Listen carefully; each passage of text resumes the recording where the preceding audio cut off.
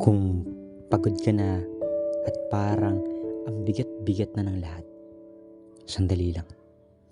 I have a gentle reminder for you. Kung pakiramdam mo na ang bigat-bigat na ng lahat, alam mo hindi mo naman kailangan dalhin yan mag-isa. Because God sees every burden you're carrying. Kahit yung mga hindi mo sinasabi. Okay lang mapagod. Okay lang huminto sandali. Hindi ka mahina. Napapagod ka lang talaga. Unti-unti lang muna. Kahit isang hakbang lang muna. God is with you.